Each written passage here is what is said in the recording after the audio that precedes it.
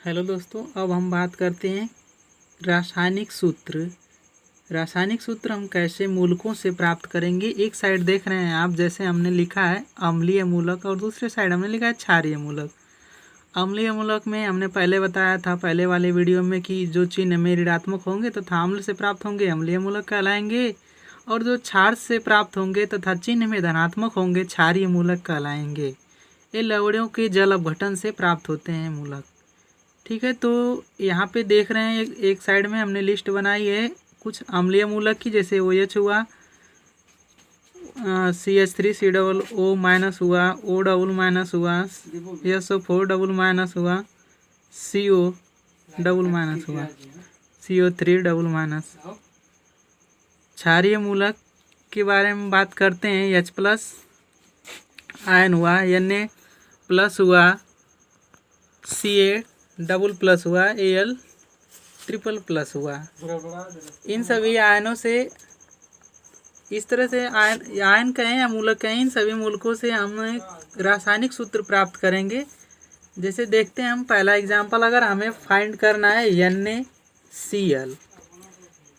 Find करना है, जैसा कि हम जानते हैं कि NaCl दो मूलकों से बना है, एक Na+ और दूसरा Cl-।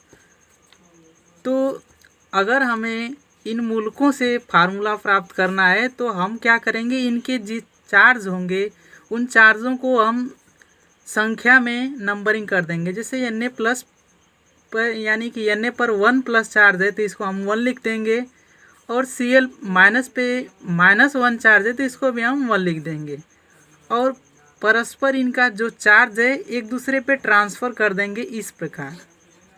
जैसे यहाँ पे हो जाएगा Na, इसके पास हो गया 1, और यहाँ पे आ गया Cl, इसके पास भी हो गया 1।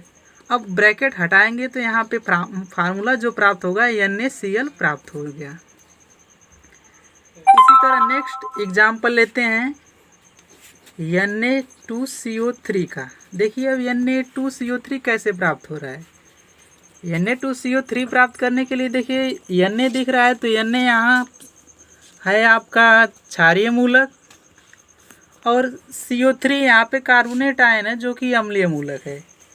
यहाँ से हम फाइंड करते हैं तो यहाँ पे इसको लिख सकते हैं Na+। देखिए यहाँ पे जो सोडियम आयन था तो सोडियम आयन जो यहाँ पे क्षारीय मूलक है उसको हम लिख दिए। उसके बाद हम लिखते हैं जो अपना अम्लीय मूलक है कार्बोनेट आयन, इसको लिख देते हैं CO3 अब देखिए यहाँ पे चार्ज को हम जितना चार्ज है उसका नंबरिंग कर देंगे, यानी उसको संख्या में व्यक्त कर देंगे। यहाँ पे Na+ है तो इसको हमने 1+ है तो यहाँ पे 1 लिख दिया। यहाँ पे CO3 यानी 2 माइनस है तो यहाँ पे 2 लिख दिया। अब क्या करते हैं कि उन आयनों को लिख करके उनके साथ ये परस्पर जो चार्ज हैं इसको ट्रांसफ़र कर देंगे इस साइड और इसका इस साइड, यानी यहाँ पे आ गया 2, यहाँ पे आ गया 1। अब इसको लिखते हैं Na, ब्रैकेट के बाहर 2 लिख देंगे, और यहाँ पे CO3 को ब्रैकेट में लिखेंगे, और इसके बाहर यहाँ पे 1 आया तो 1 लिख देंगे।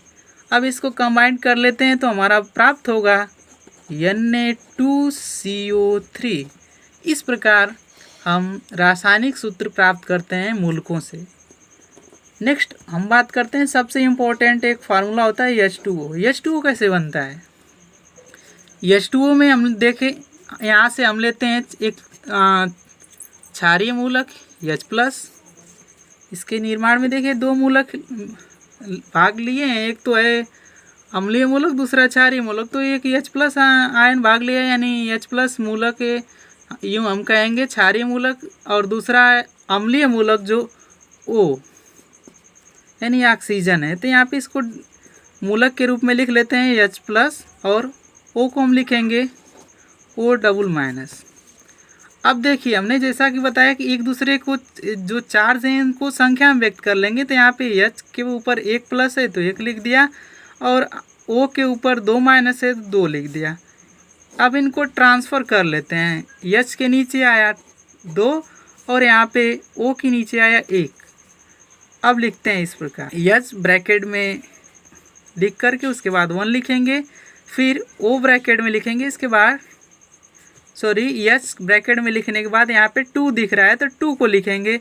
यहाँ पे O के नीचे 1 दिख रहा है तो 1 लिखेंगे। अब इस तरह देखिए यहाँ पे हमें प्राप्त हुआ H2O।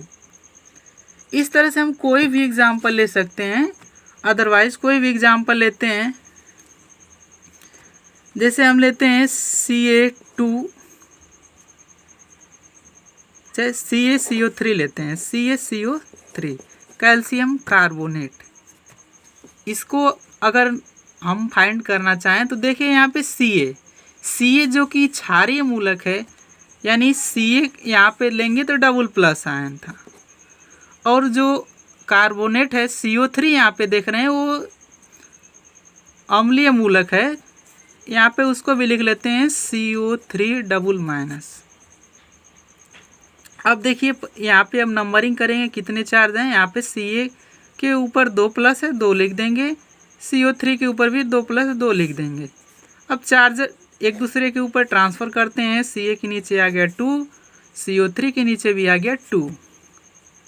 इसको अब देखिए, अब Ca को ब्रैकेट में लिख करके बाहर 2 लिखेंगे, फिर CO3 को लिख करके बाहर 2 लिखेंगे। अब देखिए ये चूँकि संख्या समान है, यहाँ पे CO3 के यहाँ पे देख रहे हैं CO3 के बगल में भी 2 है और Ca के बगल में भी 2 है, यानी जो आवेश थे यानी चार्ज थे इक्वल हैं, यहाँ पे कॉमन है। तो इसको हम इस तरह से भी लिख सकते हैं Ca2CO3 ट्वाइस, अर्थात अगर सरलतम अनुपात में हम लिखें तो इसी को हम कहते हैं CaCO3। इस तरह से हर सूत्र मूलकों से प्राप्त किए गए हैं और इसी तरह ही सभी केमिकल फार्मूला बनते हैं।